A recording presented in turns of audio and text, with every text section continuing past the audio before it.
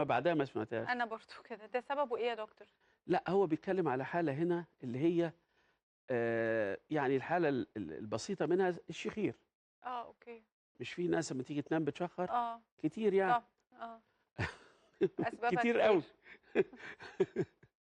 فإيه، أمّا بتتطور عملية الشخير دي بتؤدي إلى حاجة اسمها انسداد التنفس أثناء النوم، نعم.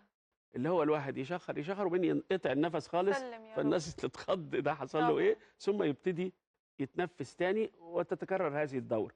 دي اسمها انسداد التنفس أثناء النوم.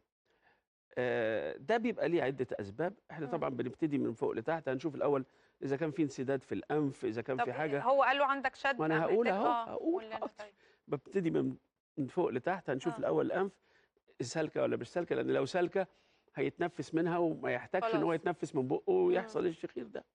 إذا سالكة وننزل تحت بقى نشوف اللي موجود في الحلق. إمم. فأحيان كتيرة في حاجة اسمها ترهُّل سقف الحلق. إمم. ترهُّل سقف الحلق. سقف الحلق ده اللي هو بيفصل ما بين الأنف وبين الفم، إمم. وبيتحرك وفي جزء صلب وجزء رخو. إمم. الجزء الرخو ده بيتحرك لفوق وتحت عشان يقفل ويفتح. إمم. إذا حصل إنه تقل زيادة فهيبقى نازل لتحت زي ما تكوني شدّيتِ ستارة لتحت، فيسبب الشخير. زي ستارة لتحت. إمم. فالهوا وهو داخل من فوق اللسان بدل ما يلاقي مسافة فاضية يخش منها، إمم. هيلاقي حاجة ستارة قصاده هيهزّها تعمل صوت اللي هو الشخير. إمم. ف لو هي الحالة كده فعلًا، بيبقى في بعض العمليات لشد إمم. سقف الحلق، بس قبل ما نفكّر في العمليات، من أهم أسباب ترهُّل سقف الحلق إمم. زيادة الوزن. إمم. يبقى أمّا يا أستاذ بيحصل محمد لو وزنك زيادة لازم تنزل لو قبل ما حصل تعمل إنه العملية. زاد الوزن إمم.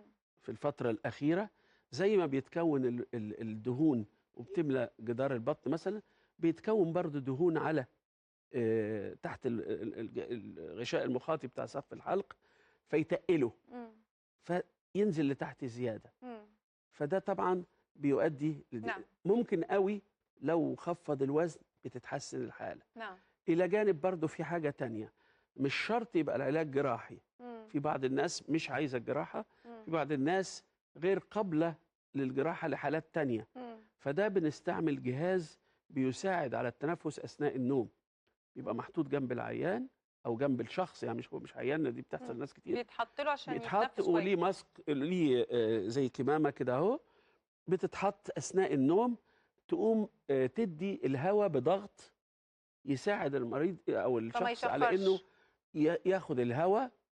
لأ، هي الأهم مش الشخير. لأ، الأهم الأهم الشخير يا دكتور، ده كده الزوجات كلها هتروح تشتري الجهاز ده. الأهم من الشخير انسداد التنفس أثناء النوم.